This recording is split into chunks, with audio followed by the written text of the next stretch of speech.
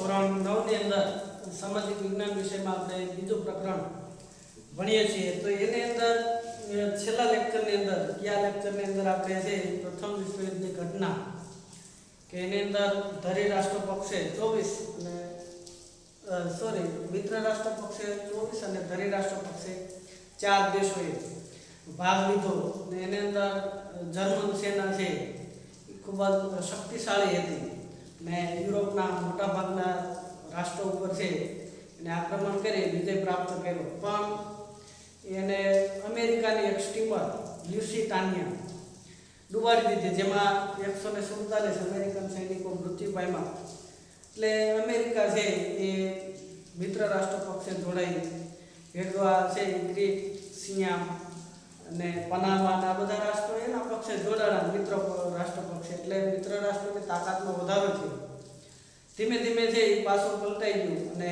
German સેના છે એ હારી ગઈ એનો સમ્રાટ કેસર વિલિયમ સત્તા છોડી અને ભાગી ગયો અને જર્મનીએ છે બિનશરતી શરણાગતિ સ્વીકારી ત્યાર પછી પ્રથમ વિશ્વયુદ્ધના તાત્કાલિક પરિણામો બરાબર મોટા પ્રમાણની અંદર 6.5 કરોડ લોકો છે એને ભાગ લીધો એમાંથી 1 કરોડ મૃત્યુ પામ્યા 2 કરોડ ઘવાયા 70 લાખ લોકો અપંગ બન્યા ત્યાર પછી સામાજિક પરિવર્તન સ્ત્રીઓના માથે જે કૌટુંબિક રાજકીય આર્થિક તમામ પ્રકારની જવાબદારીઓ આવી એટલે સ્ત્રી પુરુષ સમાનતા સ્થપાવવા લાગી મતાધિકારની માંગણીઓ ઉઠી ત્યાર પછી જે વર્સેલ્સની સંધિ એની અંદર 58 જેટલા કમિશનો અને 145 જેટલી બેઠકો યોજાણી મુખ્ય સંધિની અંદર મુખ્ય નેતાઓ છે વુડરો વિલ્સન ક્લેમેન્સો ઓર્લેન્ડો અને લોર્ડ જ્યોર્જ બરોબર આટલા જે મુખ્ય 4 નેતાઓ છે એ અગત્યની કામગીરી ભજવી અને એની અંદર 4 પ્રકારની સંધિઓ કે 4 તબક્કાની અંદર સંધિ કરવામાં આવી પ્રાદેશિક વ્યવસ્થા લશ્કરની અંદર ઘટાડો અને નિશસ્ત્રીકરણ શસ્ત્રોમાં ઘટાડો કરવો એટલે નિશસ્ત્રીકરણ ત્યાર પછી યુદ્ધમાં વળતર કે હપ્તાની ગોઠવણી યુદ્ધ દંડની અંદર અને અન્ય જોગવાઈઓ એમાં જર્મનીને છે એ પ્રથમ વિશ્વયુદ્ધ માટેનું મુખ્ય જવાબદાર ગણવામાં આવ્યું એની ઉપર 6.5 અબજ પાઉન્ડ બરોબર એનો એટલો યુદ્ધ દંડ લાદવામાં આવ્યો ફ્રાન્સની સરહદે જે કાંઈ એના પ્રદેશો આવેલા હતા રાઇનલેન્ડ પ્રદેશો એની ઉપર કિલ્લેબંધી કરવાની મનાઈ કરવામાં આવી રૂહર પ્રાંત છે એને એમાંથી છે એ ફ્રાન્સને આપવો પડ્યો ત્યાર પછી દર વર્ષે છે એ મોટા પ્રમાણની અંદર લોખંડ અને કોલસો છે એ મિત્ર રાષ્ટ્રને આપવાના 15 વર્ષ માટે છે એને આંતરરાષ્ટ્રીય નદી તરીકે રાઈન નદીને ખુલ્લી મૂકવાને ઘણા બધા એના ઉપર છે એ બળજબરીપૂર્વક સંધિ છે એ કરાવવામાં આવી ત્યાર પછી આજે છે એ આપણે રશિયન ક્રાંતિ અથવા તો બોલ્શેવિક ક્રાંતિ તરીકે છે એ જોઈશું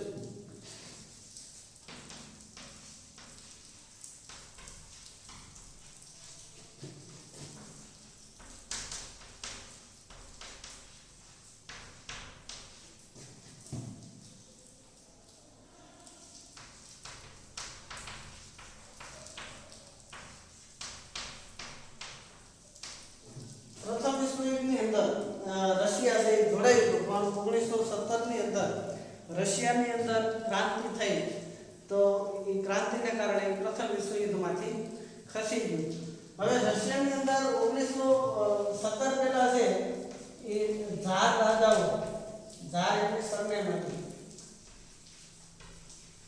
ઝાર રાજાઓ છે નિરંકુશ સત્તાઓ ભોગવતા મતલબ કે એની ઉપર કોઈ જાતનું કોઈનું નિયંત્રણ નહોતું અને આખું મતલબ કે પોતાને મન ફાવે તે પ્રકારે છે એ શાસન કરતા નિરંકુશ શાસનથી છે એ જે નીચલો વર્ગ હતો સમાજનો ગરીબ વર્ગ કામદાર ત્યાર પછી ખેડૂત કે મજૂરો ખેત મજૂરો આ બધાની જે સ્થિતિ હતી એ ખૂબ જ દયનીય હતી અને ખૂબ કામ કરવા છતાં એમને પૂરતા પ્રમાણમાં વળતર આપવામાં આવતું નહોતું અને એમ છતાંય જો કોઈ પોતાના હક માટે આવાજ ઉઠાવે અથવા તો હકની માગણી કરે તો એને છે એ મોટા પ્રમાણની અંદર સજા કરવામાં આવતી, અથવા તો સાઇબિરિયાના જે ઠંડો પ્રદેશ છે સાઇબિરિયા,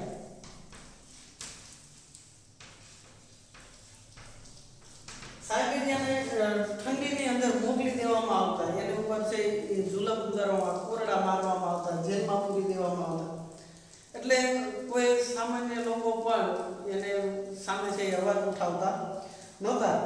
અને જારશાહી એટલી કઠોર હતી, કોઈ વ્યક્તિ અધિકારની માગણી કરે તો એના ઉપર અત્યાચાર, દમન કે જુલમ ગુજારવામાં આવતો. સાઇબિરિયાની હાડથી જે ઠંડીની અંદર મોકલી દેવાની સજા હતી. એટલે રાજાઓ છે અનિયંત્રિત રીતે કોઈ પણ જાતના નિયંત્રણ વિના છે એ સત્તા ભોગવતા, અને રાજાશાહી પ્રજા માટે છે દુઃખ, ગરીબાઈ અને યાતનાનું કારણ બની ગઈ. એટલે રશિયાના ખેડૂતો, ખેતદાસો, મજૂરો પુષ્કળ કામ કરતા છતાં એમની પરિસ્થિતિ છે એ એકદમ કંગાળ અને ગરીબ બની ગઈ. એટલે વિરોધ માટે છે એ ફાધર ગેપોન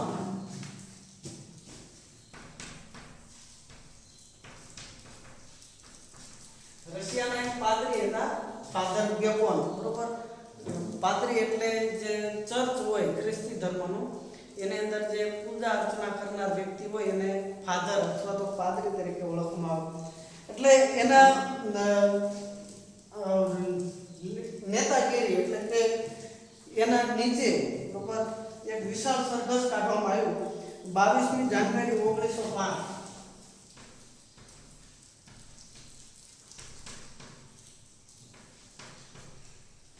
તો ફાધર ગેપોનની નેતાગીરીની અંદર 22 જાન્યુઆરી 1905 ની અંદર છે એક સરઘસ કાઢવામાં આવ્યું, અને એ સરઘસની અંદર છે એ ઘણા બધા ખેડૂતો, ખેત મજૂરો, ખેતદાસો, આ બધા જે ગરીબ લોકો હતા એ જોડાણા, અને બધાના હાથમાં દીવા હતા, કોઈના હાથમાં એવું પાટિયું હતું કે જેની ઉપર લખ્યું હતું કે રશિયાનો ગોરો નાનો પ્રભુ ઘણું જીવો, અને એકદમ શાંત સરઘસ હતું. અને એ જે રશિયાના જે રાજા હતા બરોબર, એ સેન્ટ પીટર્સબર્ગ એ એનું જે મુખ્ય મથક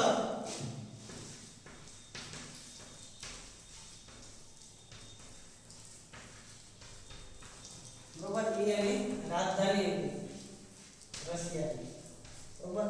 અને એ રાજધાનીની અંદર જે રાજા હતો રાજા, એના મહેલનું નામ હતું વિન્ટર પેલેસ.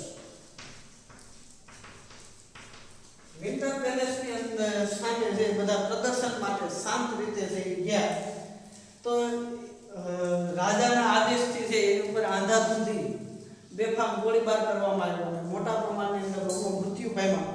એટલે આ 22 જાન્યુઆરીને છે એ લોહિયાળ રવિવાર તરીકે ઓળખવામાં આવે.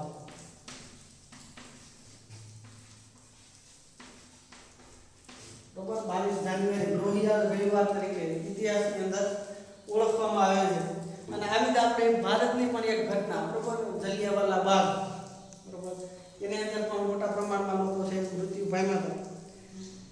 ત્યાર પછી રશિયા અને જાપાનનું યુદ્ધ થયું બરોબર, એ જ સમયે. તો એની અંદર છે એ નાનકડું એવું જાપાન, રશિયા અને રશિયાનો છે એ અત્યારે પણ વિશ્વનો સૌથી મોટો દેશ. તો એ સમયે રશિયાના ભાગલા પણ નહોતા પડ્યા, એટલે વિશાળ હોવા છતાં રશિયા છે એ જાપાન સામે હારી જાય છે. એટલે લોકો છે એ આક્રોશ ભરાય છે બરોબર, ક્રોધે ભરાય છે, અને રશિયાની પ્રજા ઉશ્કેરાય, અને રશિયન પ્રજાએ રોષ પારખી લીધો. એટલે કે રશિયન પ્રજા છે એ ગુસ્સે ભરાણી. એટલે રાજાએ છે એ લોકોનો ગુસ્સો પારખી અને એને ડુમા પરિષદ બરોબર, ડુમા પરિષદ એટલે ધારાસભા, જેને ઘણા સમયથી છે ધારાસભા બોલાવી નહોતી કે શાસન કેવી રીતે ચલાવવું, લોકોને પ્રશ્નો શું છે, આ બધા માટે ધારાસભા બોલાવવાની હોય. પણ ઘણા વર્ષોથી છે જાગૃતે એક પણ ડુમા પરિષદ બોલાવી નહોતી, ધારાસભા નહોતી બોલાવી. એટલે એણે છે એ સમયાંતરે છે 4 ડુમા પરિષદ બોલાવી. એમ છતાંય લોકોને સંતોષ થાય એવો નિર્ણય લઈ શકાયો નહીં, અને એ જ સમયે છે ધારાસભા બરખાસ્ત થઈ ગઈ, એનો સમયગાળો પૂરો થઈ ગયો.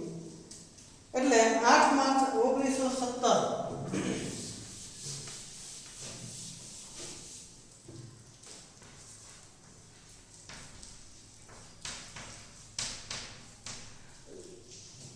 પેટ્રોકાર્ડના જે કચડાયેલા કામદારો હતા એમને છે વિરોધ દાખવવા માટે છે એ હડતાલ પાડી, બરોબર. રાજા સામે છે એ વિરોધ દાખલ કરવા માટે પોતાના જે અધિકારો માટે છે હડતાલ પાડી. એટલે ઝાર રાજાએ છે એ ગુસ્સે ભરાય અને એની ઉપર ગોળીબાર કરવા માટે લશ્કર મોકલ્યું. તો લશ્કરે છે એ આ જે કામદારો ઉપર ગોળીબારી કરવાની ના પાડી અને પરિણામે ક્રાંતિનો શરૂઆત થઈ. એટલે કેરેસ્કીનના નેતૃત્વવાળી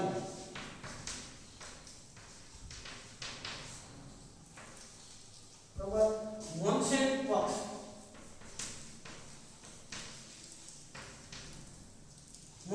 પક્ષ છે એની સરકારની સ્થાપના થઈ. કેરેસ્કીન છે એમનો મુખ્ય નેતા હતો, બરાબર, મોન્સેન પક્ષનો, અને એના હાથમાં સત્તા આવી.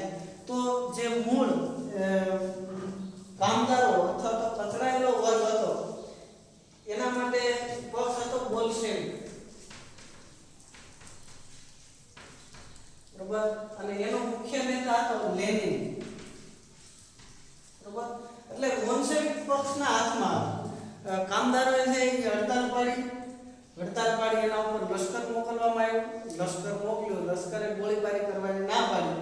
એટલે કેરેસ્કીને જે એ ક્રાંતિ કરી, બરોબર, ઝાર રાજા છે એ સત્તા છોડી અને ભાગી ગયો. મતલબ કે એને સત્તા છોડી દીધી અને મોન્સેવિક પક્ષના હાથમાં, કેરેસ્કીનના હાથમાં છે એ રશિયાની સત્તા આવી. એટલે લેનિન છે એ આનાથી ખુશ હતો નહીં. એને એ કાર્લ માર્ક્સની સમાજવાદી વિચારસરણી ધરાવતો. સમાજવાદી વિચારસરણીની અંદર શું હોય તો કે જે કાંઈ લોકો હોય, બરોબર, જેટલા લોકો હોય એ બધાને સમાન અધિકાર મળે, કે બધી જ સંપત્તિ ઉપર સમાજના લોકોનો હક હોય, કે દરેક વ્યક્તિને કામ મળે, દરેક વ્યક્તિ છે એ સરખો હક ભોગવે અને સમગ્ર જવાબદારી સરકારના શિરે હોય. દાખલા તરીકે વ્યક્તિને ખાવા પીવાથી માંડીને શિક્ષણ, આરોગ્ય, બધી જ બાબતો સરકારે પૂરી પાડવાની, બદલામાં વ્યક્તિ છે એને કામ કરવાનું, અને પોતે જે કંઈ વ્યક્તિ ઉત્પાદન કરે એ બધું સરકારને આપી દેવાનું. સરકાર છે એ વ્યક્તિની બધી જવાબદારી પૂરી પાડે. ઉદાહરણ આપીએ તો કે દાખલા તરીકે સમાજવાદી પક્ષ હોય, દાખલા તરીકે ભારતની અંદર, તો કેવી રીતે હોય તો કે આપણું ખેતર હોય, કે આપણું કારખાનું હોય, કે આપણી મજૂરી હોય, આપણે ખેતરમાં જે કાંઈ ઉત્પાદન થાય, મગફળી, કપાસ, ઘઉં, એ બધું સરકારને આપી દેવાનું. બદલામાં જે આપણને જરૂરી હોય એ બધી વસ્તુ સરકાર આપે, કપડાં, અનાજ, કરિયાણું બધું સરકાર ફ્રીમાં આપે, આપણે બધું ફ્રીમાં સરકારને દેવું, અને સરકાર છે એ બધાને સરખા ભાગે વેચી દે. મતલબ પૈસાની કોઈ જાતની લેવડ દેવડ થાય નહીં અને બધાને કામ મળે. તો આવા પ્રકારની વ્યવસ્થા એટલે સમાજવાદી એવી છે એ લેનિને છેલ્લી ક્રાંતિ કરી અને બોલ્શેવિક ક્રાંતિ કરી સમાજવાદી શાસન વ્યવસ્થા સ્થાપિત. એટલે બોલ્શેવિક ક્રાંતિની શરૂઆત થઈને 300 વર્ષ જૂના જે ઝાર રાજાઓ 300 વર્ષથી એક ધારે ક્રમશઃ પરંપરાગત સત્તા ભોગવતા એ છે ક્રાંતિ થઈ હોવાથી એ ઝાર રાજાઓ છે એની સત્તા જતી રહી. ત્યાર પછી વિશ્વ શાંતિ માટેના પ્રયાસો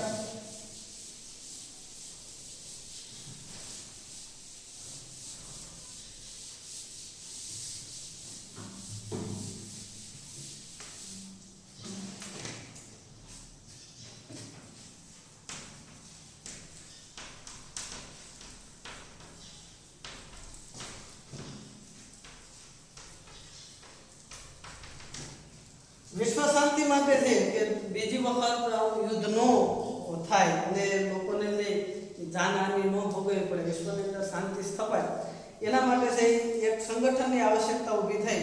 એટલે 14 મુદ્દા આગળ ધરી 10 જાન્યુઆરી 1920 વુડરો વિલ્સન જે અમેરિકાનો પ્રમુખ હતો, એ વુડરો વિલ્સને છે એ પેરિસ શાંતિ પ્રક્રિયાની અંદર છે એ લીગ ઓફ નેશન્સ રાષ્ટ્રસંઘની સ્થાપના કરી. એના ઉદ્દેશો શું હતા? તો કે આંતરરાષ્ટ્રીય શાંતિ રાખવી,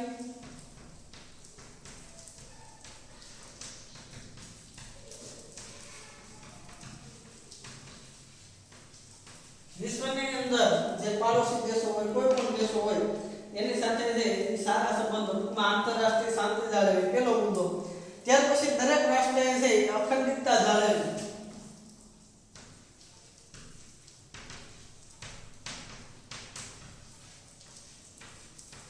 અખંડિતતા, દેશ છે એ અખંડ રહે, આખો એના ભાગલા ન પડે એવા પ્રકારના પ્રયત્નો કરવા. કારણ કે દેશના જ્યારે ભાગલા પડે ત્યારે સામાન્ય રીતે છે એ બે દેશ છે દુશ્મન બની જતા હોય છે મોટે ભાગે. હંમેશા એવું ન હોય, પણ ઘણી વખત છે એ ભાગલા છે એ દુશ્મનાવટનું કારણ બને. આપણે જાણીએ છીએ ભારત અને પાકિસ્તાનના ભાગલા પડ્યા તો એ બંને દેશો છે એ દુશ્મનાવટ ભર્યા તકરારો છે એ થતી રહે છે. ત્યાર પછી યુદ્ધની નીતિનો ત્યાગ કરવો.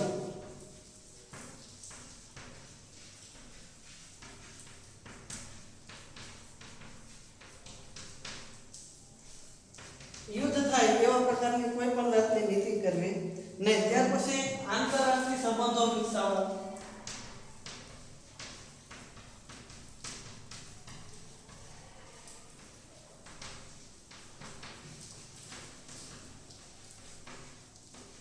એકબીજા દેશો પ્રત્યે છે વ્યાપાર, બરોબર, અને વિવિધ પ્રકારની સમજૂતી અને કરારો દ્વારા છે આંતર બે દેશો વચ્ચે મિત્રતા ભર્યા સંબંધો વધે એના માટે છે એ પ્રયત્નો કરવા. ત્યાર પછી જે આંતરરાષ્ટ્રીય સમસ્યાઓ હોય તો એના માટે છે એ મધ્યસ્થી દ્વારા, બરોબર, બે દેશ વચ્ચે કોઈ ઝઘડો થાય તો એક દેશ છે ત્રીજો દેશ એ મધ્યસ્થી કરી અને બંને વચ્ચે છે સમાધાન કરાવવું. જો કોઈ રાષ્ટ્ર મધ્યસ્થીની અવગણના કરે તો એને બળવાખોર રાષ્ટ્ર છે એ જાહેર કરવું અને એની સાથે જે સંબંધો તોડી નાખવા. આવા પ્રકારના 14 મુદ્દાવાળું એને છે એ આખો છે ખતપત્ર તૈયાર કરી અને રાષ્ટ્રસંઘ છે એ બનાવવામાં આવ્યું. પણ એને કેટલીક નબળી કડીઓ અને પોતાની જે કંઈ પાસે બીજા રાષ્ટ્ર પાસે મનાવવા માટે કોઈ ખાસ એવા કદમો અથવા તો એની પાસે કોઈ નીતિ નથી કે પોતાને જે કંઈ મુદ્દાઓ કે પોતાની જે વાત છે એ બીજા રાષ્ટ્ર પાસે મનાવી શકે. અને એને કારણે જે રાષ્ટ્રસંઘ છે એ નિષ્ફળ ગયું અને એમાંથી બીજું વિશ્વયુદ્ધ થયું. તો આજના લેક્ચરની અંદર અગત્યની બાબત હતી રશિયાની બોલ્શેવિક ક્રાંતિ, બરોબર, અને રાષ્ટ્રસંઘ. તો એમાં સૌથી અગત્યની બાબત બોલ્શેવિક ક્રાંતિ ગણી શકાય. એમાં ઝાર રાજા છે એ નિરંકુશ શાસન ભોગવતા. કોઈ નબળા વર્ગ હોય, બરોબર, ગરીબ વર્ગ હોય, પોતાના અધિકારો છે માગી શકતો નહોતા. ખેત મજૂરો, ખેતદાસો, મજૂર વર્ગ, ખેડૂતો એ પોતે ઘણું બધું કામ કરવા છતાં એમને છે એ મજૂરી એકદમ ઓછી અપાતી અને એમની સ્થિતિમાં કોઈ સુધારો આવતો નહોતો. જો કોઈ અધિકારો માટેની માગણી કરે તો એને સાયબેરિયાની ઠંડીની અંદર મોકલી દેવામાં આવતા અથવા તો એની પર ઝુલમ ઉતારવામાં આવતા. તો 22 જાન્યુઆરી અને 1905ના દિવસે છે ફાધર ગેપોન એને નેતૃત્વની અંદર એક સરઘસ કાઢવામાં આવી અને એ સરઘસ છે સેન્ટ પીટર્સબર્ગ જે રશિયાની રાજધાની હતી એની સામે છે પ્રદર્શન કરવામાં આવ્યું. એટલે વિન્ટર પેલેસની સામે બધા પ્રદર્શનકારીઓ ગયા. ઝાર રાજાએ છે એના ઉપર ગોળીબારીનો આદેશ આપ્યો એટલે મોટા પ્રમાણની અંદર લોકો મૃત્યુ પામ્યા અને જે સેન્ટ પીટર્સબર્ગનો બરફ હતો એ લોહીથી લાલ બન્યો. એના કારણે જે એ લોહિયાળ રવિવાર તરીકે ઓળખવામાં આવ્યો. હવે એ જ સમયગાળા દરમિયાન રશિયા અને જાપાનનું યુદ્ધ થયું. યુદ્ધની અંદર છે જાપાન છે વિજય બન્યું. રશિયા વિશાળ હોવા છતાં એની હાર થઈ. એને કારણે લોકો રોષે ભરાય, લોકોનો ગુસ્સો પારખી ઝાર રાજાએ છે એ ઘણા સમયથી નહીં બોલાવી ડુમા પરિષદ જે ધારાસભા છે એને બોલાવી, પણ એની અંદર લોકોને સંતોષ થાય એવો નિર્ણય લઈ ન શકાય અને ધારાસભા છે બરખાસ્ત થઈ. 8 માર્ચના રોજ 1917માં પેટ્રોગ્રાડના કચરાયેલા અને ગરીબ મજૂરોએ છે, કામદારોએ છે એ હડતાલ પાડી. ઝાર રાજાએ છે હડતાલ રોકવા માટે છે એ લશ્કર મોકલ્યું. લશ્કરે ગોળીબારી કરવાની ના પાડી એટલે કેરેસ્કીનના મતવાળી મોન્શેવિક પક્ષે છે એ ક્રાંતિ કરી અને સત્તા પોતાના હસ્તક લીધી. તો લેનિન સિવાય બધા જ ખુશ હતા. લેનિન એવું માનતો કે ભાઈ સામ્યવાદી સમાજવાદી છે એ અર્થતંત્ર કે સમાજવાદી છે એ શાસન વ્યવસ્થા સ્થપાવી જોઈએ. એટલે છેલ્લી એને ક્રાંતિ કરી અને બોલ્શેવિક ક્રાંતિ કરી અને શાસન પોતાના હસ્તક લીધી ને સામ્યવાદી શાસન વ્યવસ્થા અપનાવી. તો એ સામ્યવાદી કે સમાજવાદી શાસન વ્યવસ્થાથી જે 300 વર્ષ જૂનું જે ઝાર રાજાનું શાસન હતું એ દૂર થયું અને રશિયાની અંદર છે સમાજવાદની સ્થાપના થઈ. આ થઈ બોલ્શેવિક ક્રાંતિ. બરોબર, પરીક્ષાની અંદર પૂછાય તો આવી રીતે ક્રમશઃ યાદ રાખો. અને હોમવર્કની અંદર છે એ રશિયાની બોલ્શેવિક ક્રાંતિ લખવું. બરોબર, બાકી હવે નવું ચેપ્ટર છે એ પછીના લેક્ચરની અંદર ચાલુ કરશું.